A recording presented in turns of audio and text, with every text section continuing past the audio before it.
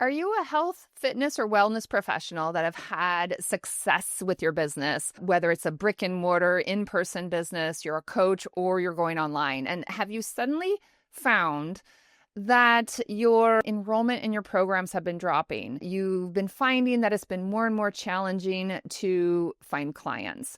Are you finding that you're starting to get a little bit panicky, a little bit desperate, wondering, gosh, I need more clients. I'm just not getting any responses when I'm putting my information out on social media. I'm going to share with you today a secret. This is a strategy that I find that many business owners don't take advantage of. And every time I've turned to this strategy, it's always brought me in more income.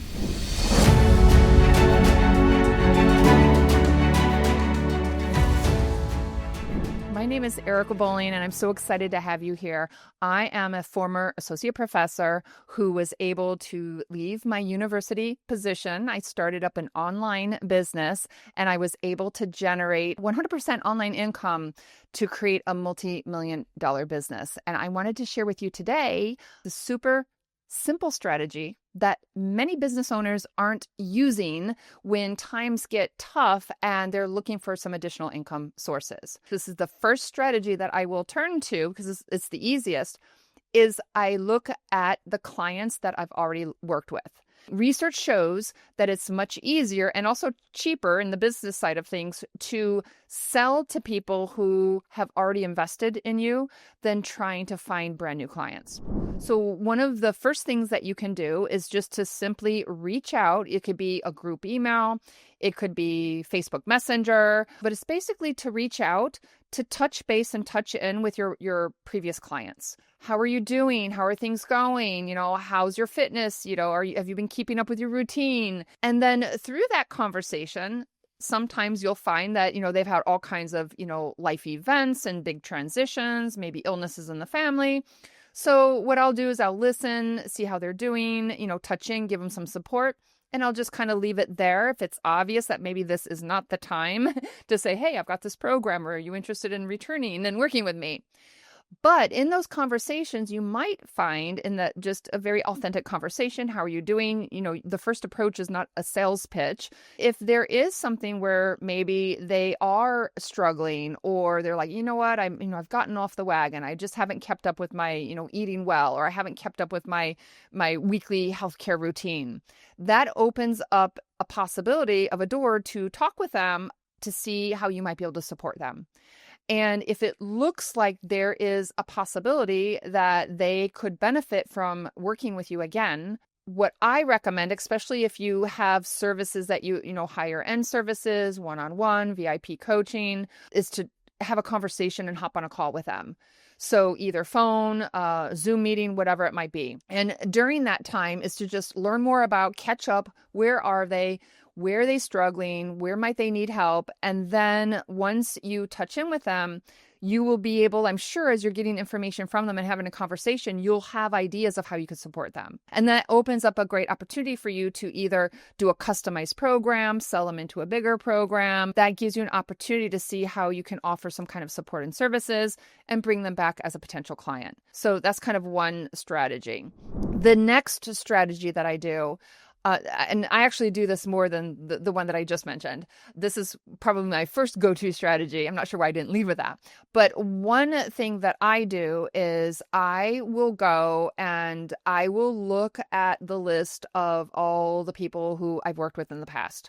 So this could be an email list. A lot of times I'll go to Facebook and I look at my Facebook friends list.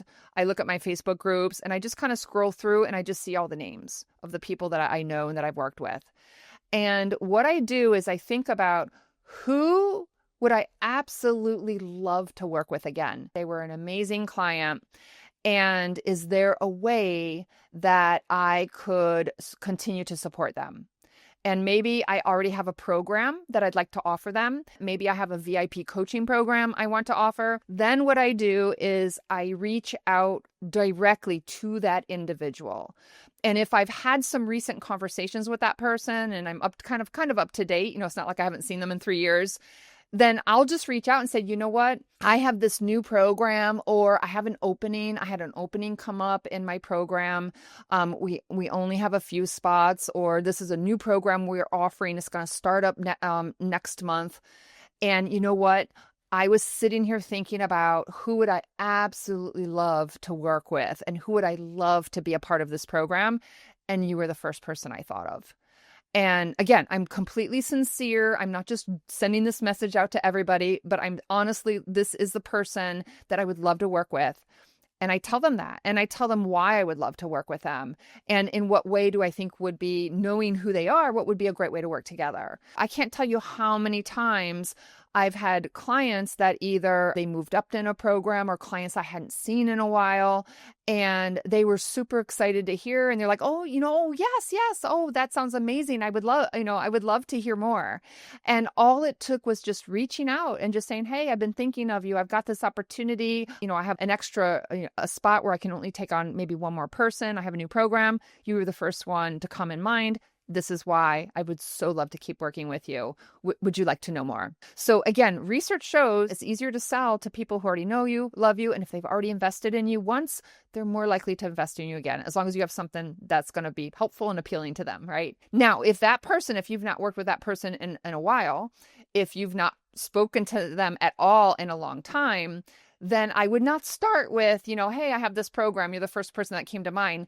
Then I would be like, hey, I was thinking about you today and just wanted to touch in. I haven't heard from you in a while. And I tell you, that approach has saved me a few times from putting myself in an awkward position because, like, for example, I was reaching out to somebody about a canine fitness program. I messaged them and like their dog had actually passed away. That actually happened a few times when I hadn't heard from clients in a while, or older clients that no longer work with me, and I hadn't heard from them in a while. And I reached out, and there was like a death in the family. Their dog had just recently passed away. So again, I'm glad that I wasn't like, hey, I was thinking of you, and I've got this program. Would you be interested in joining us? And then the third strategy that you could do, this one could take a little bit more time, but is to look at your clients that you've worked with in the past and think about what else would they be interested in, or what additional support could they benefit from that you're not already providing. And then what you can do is you can create a new offer, a new program specifically for that older group of clients that had previously worked with you. So let me give you an example. So maybe that I had a group of clients that worked with me for fitness, and I knew that they were really interested in nutrition. So I may offer a brand new nutrition program. Now, you might say, well, hey, Erica, I'm certified in fitness, but I am not a nutritionist. Sometimes what you can do is you can have like a little mini program, an add-on, another program that you can offer. And if it is something that your audience would really be interested in, but it's not your area of expertise, you can always create something with a collaboration. So for example, I am not a nutritionist, but I have a person who is a friend. She can teach the nutrition part of things. So just because it's not your area of expertise doesn't mean that you can't offer something to your previous clients, something that maybe they really want and that they need. And maybe you collaborate together with somebody who does have the expertise of that, whatever it is you want to offer. And then you can kind of, weave that in and do something collaborative. So don't rule that out if it's something that they need and they want, but maybe it's not your area of expertise. Another thing, let me give you another example, is I was doing a general fitness and wellness program. And when I was teaching that fitness program, I had a number of clients that were really interested in endurance training. So I have my regular fitness program, but now I'm creating a smaller course that's going to be a specialization just with a strong focus on endurance training. And then here's the thing. If you're doing an online program and you say, you know what, I teach fitness, and you know what, I can do an endurance course, but oh my gosh, like it's going to take me forever to create it, right? Or maybe you do nutrition, but you're going to take like a deep dive into one particular topic and you're going to do a deeper dive into it. So what you can do to get a program up faster, is you can do something like an online training, kind of like what you would do like a webinar. Your course could be like a mini course. Maybe it's a 2-hour training. You do it on a live Zoom call, and you basically offer the course the first time as a live training, and they also can get the replay. And so that way you don't have to have everything all finalized. You don't have to have it all perfectly created. You basically get a group of people who are interested. They sign up.